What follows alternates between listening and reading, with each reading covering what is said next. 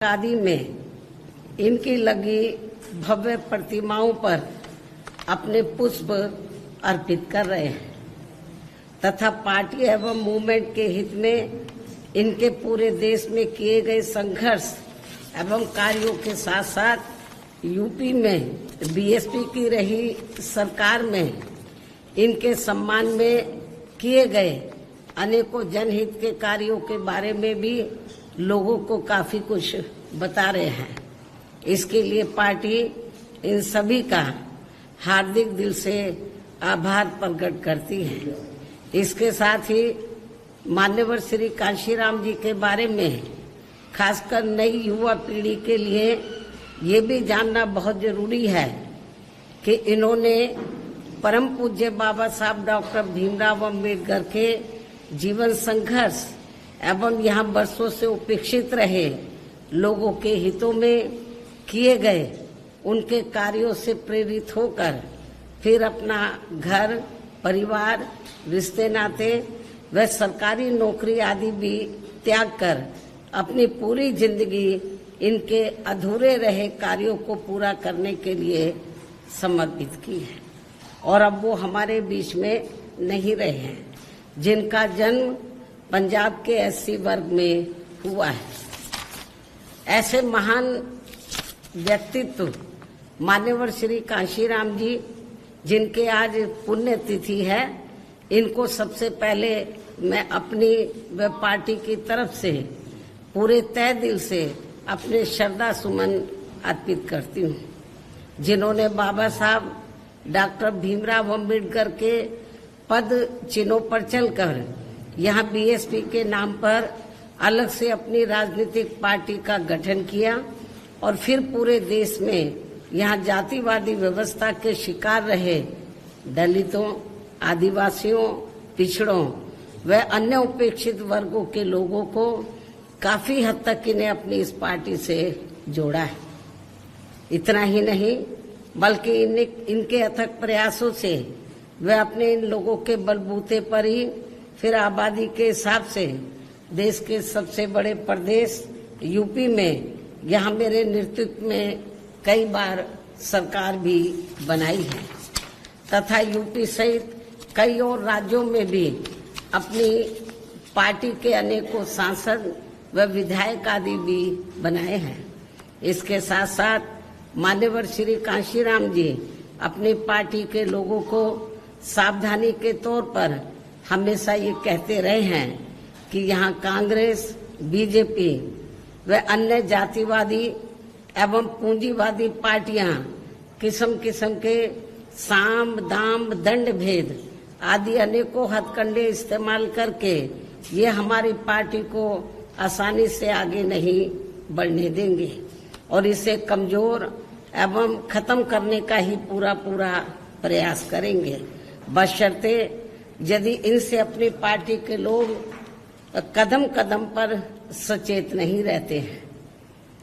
किंतु दुख की बात यह है कि इस मामले में इनके आए दिन किस्म किस्म के हथकंडों व षड्यंत्रों आदि से सावधानी न बरतने की वजह से ही अब पिछले कुछ वर्षों से हमारी पार्टी काफी खराब दौर से गुजर रही है, जिससे अपने लोगों को जरूर ऊपर उठना है और इन्हें अपनी पार्टी को हर स्तर पर पुनः मजबूत बनाना है, अर्थात घबराना नहीं है।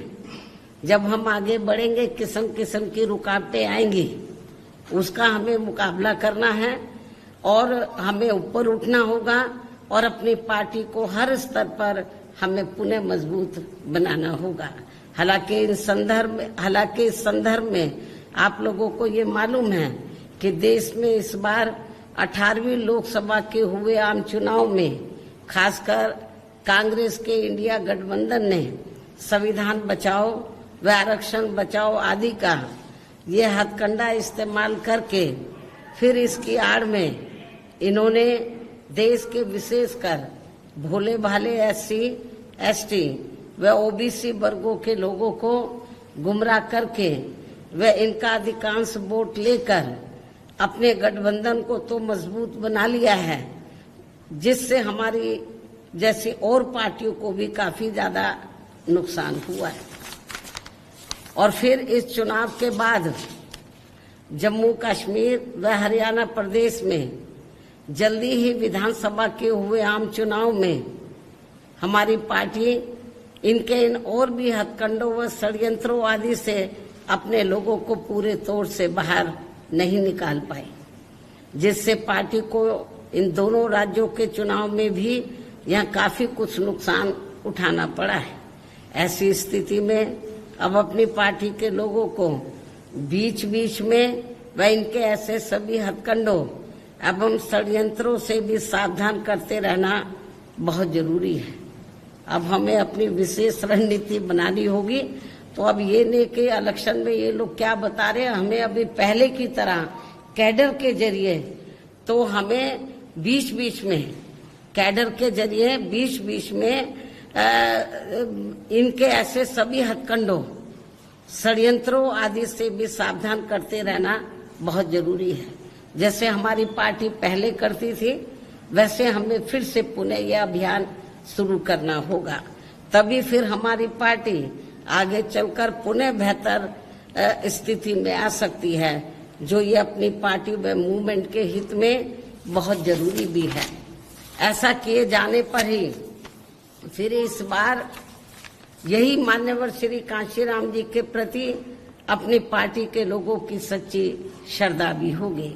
इस उम्मीद व भरोसे के साथ ही अब मैं अपनी बात यहीं समाप्त करूं, लेकिन इससे पहले कल जम्मू कश्मीर व हरियाणा प्रदेश में विधानसभा चुनाव के आए नतीजों में हमारी पार्टी की जो स्थिति रही है, तो उसके बारे में मैं ये कहना चाहूंगी कि हरियाणा कृषि प्रधान प्रदेश है।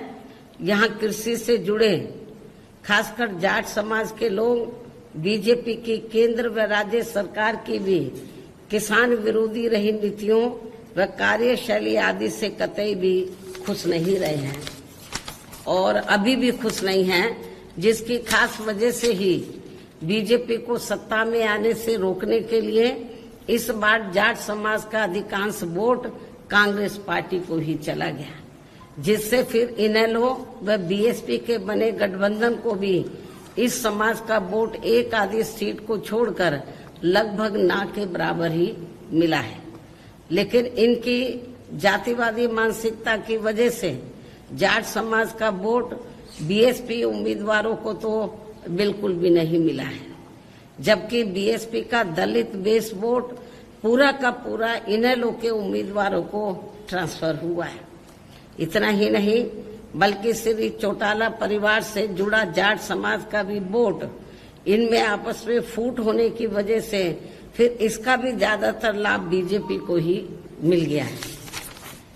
वहीं दूसरी तरफ गैर जाट समाज का वोट भी इनकी इस लड़ाई में अधिकांश बीजेपी को ही चला गया, जिससे यहाँ बीजेपी को फिर से अपनी सरकार बनाने का मौका मिल गया है।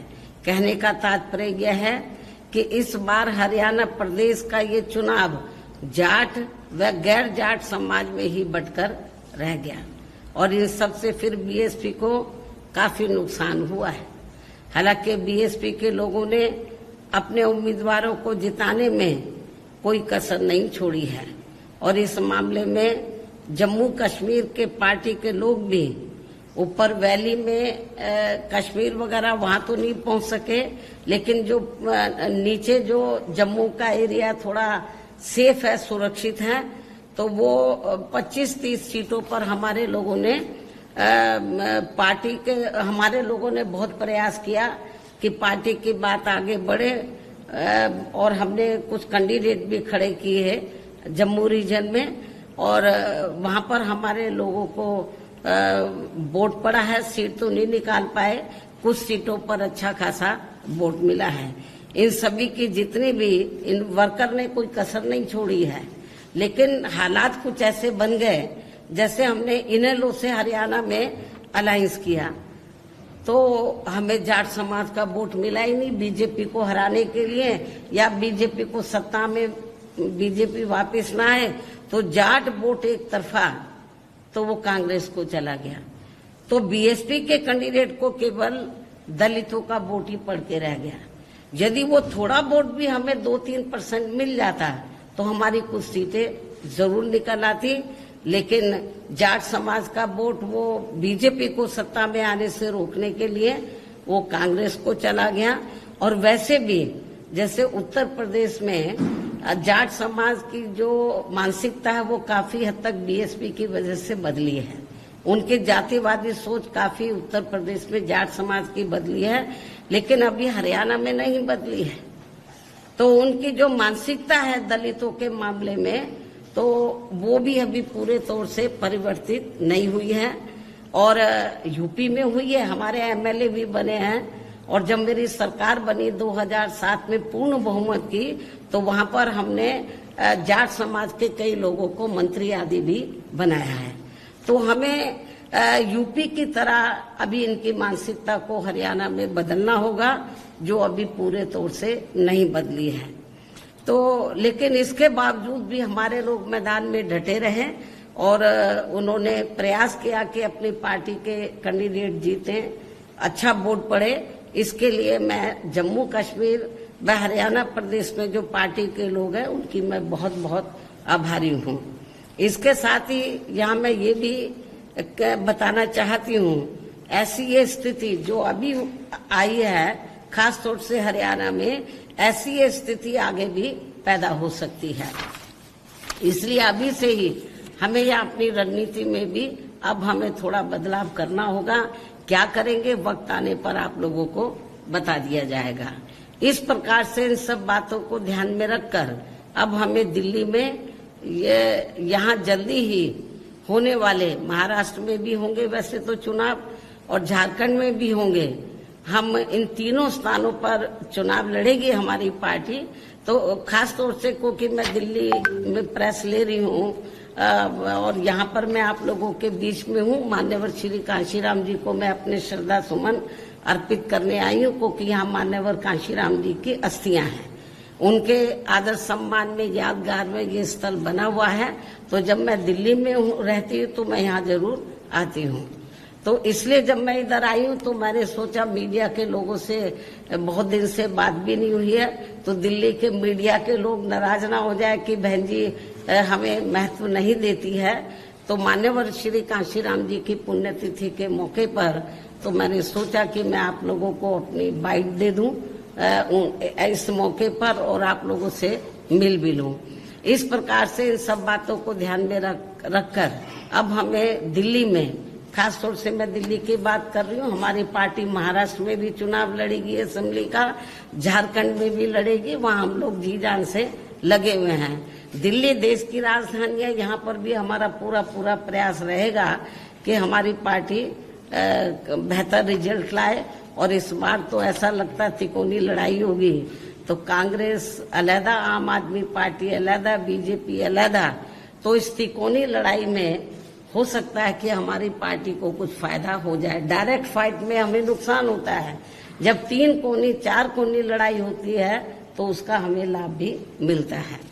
तो इस प्रकार से इन सब बातों को ध्यान में रखकर अब हमें दिल्ली में यहाँ जल्दी ही, खासकर दिल्ली में यहाँ जल्दी होने वाले विधानसभा चुनाव में भी काफी सावधान रहना होगा। ये जो भी कुछ हरियाणा में हुआ है या पार्लियामेंट के चुनाव में जिस तरीके से आरक्षण बचाओ, संविधान बचाओ की आड़ में वीकर सेक्शन के लोगों को गुमराह किया और उनका वोट काफी हद तक इन्होंने बांट दिया। तो इन सब बातों को ध्यान में रखकर तो दिल्ली के लोगों को भी काफी सावधान रहना होगा, जिसके लिए आज दिल्ली से आए, क्योंकि जब मालूम है मैं इधर आ रही हूँ तो दिल्ली प्रदेश के लोग भी बड़ी तादाद में इधर आ रहे हैं। उनको भी उनसे वो मुझसे भी बात करेंगे और जिसके लिए आज दिल्ली से आए हुए लोगों को जरूरी दिशा निर्देश भी दिए जाएंगे। इन्हीं जरूरी बातों के साथ ही अब मैं पुनः मान्यवर श्री कांशीराम जी को अपने श्रद्धा सुमन अर्पित करते हुए अपनी बात यही समाप्त करती हूँ। धन्यवाद। जय भीम व जय भारत। एक सवाल है कि कहाँ कमी रह गई हरियाणा चुनाव में, जो गठबंधन जाटों का वोट ट्रांसफर नहीं हो पाया, क्योंकि हरियाणा में मैंने बताया कि अभी वहां पर जो जाट समाज के लोग हैं, उत्तर प्रदेश की तरह, उत्तर प्रदेश में तो जाट समाज की जातिवादी मानसिकता जो दलितों के प्रति काफी हद तक बदली है हमने, लेकिन अभी हरियाणा में जो जाट समाज है उनकी जातिवादी मानसिकता अभी तक बदली नहीं है। तो एक तो ये कारण रहा है कि उन्होंने वोट नहीं दिया। दूसरा ये रहा कि वहां का जो जाट समाज है ये सोचता रहा कि बीजेपी को किसी भी कीमत पर हमें सत्ता में आने से रोकना है। तो जाट समाज के लोगों ने सोचा कि यदि हम विभिन्न गठबंधन को अपना वोट बांट देंगे तो बीजेपी फिर सत्ता में आ जाएगी।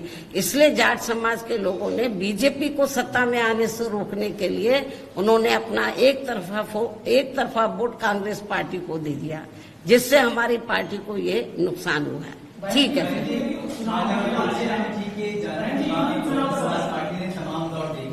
सत्ता में भी रही, फिर अभी जो स्थिति है वो भी सबके सामने है। पिछले दिनों आपने अपना एक दुख जताया था कि जो हमारे समाज के लोग हैं, जाट समाज के लोग, उन लोगों ने, आप पूरे दलित समाज की बात करो ना, वो कांग्रेस के बहकाव में आ गए और समर्थन, लेकिन अब नहीं आएंगे। लेकिन उनको, क्योंकि समय बहुत कम था उस समय, लोकसभा चुनाव डिक्लेयर हो गया था, इन्होंने ऐसी नोटंकी की, नाटकबाजी की कि हमारे लोग गुमराह हो गए। अब नहीं होंगे। वो जब माननीय सुप्रीम कोर्ट का जब जजमेंट आया SC/ST आरक्षण में वर्गीकरण और क्रीमी लेयर आदि को लेकर, तो जो पूरे देश में जो SC/ST वर्गों के लोग हैं उनकी आंखें खुल गई, जो ये संविधान बचाने, आरक्षण बचाने की बात करते। तो इस मामले में सारी पार्टियां, बीजेपी एंड कंपनी के लोग, कांग्रेस पार्टी एंड कंपनी के लोग, सारी की सारी पार्टियों ने कुछ भी इसके ऊपर सही जवाब नहीं दिया। बस आरक्षण की बातों करते रहे, हम ध्यान रखेंगे। लेकिन माननीय सुप्रीम कोर्ट में जब ये मामला आया तो सेंटर की ओर से जो सरकारी वकील होते हैं, कांग्रेस के भी, तो सबने माननीय सुप्रीम कोर्ट ने जो जजमेंट दिया उनकी हाँ में हाँ मिलाया है। तो इसलिए मैं आपको ये बताना चाह रही हूँ। और इतना ही नहीं, कांग्रेस के श्री राहुल गांधी ने तो विदेश में जाकर कह दिया कि वक्त आने पर हम इन वर्गों का पूरा आरक्षण खत्म कर देंगे। तो इसका असर पड़ा है पूरे देश में। और मुझे ऐसा लगता है कि जो इन्होंने लोकसभा चुनाव में फायदा उठाया, अब दोबारा से इस मुद्दे के ऊपर अब इनको फायदा मिलने वाला नहीं है। नहीं तो फिर हरियाणा में क्यों नहीं उठा लिया इन्होंने। कांग्रेस शासित तेलंगाना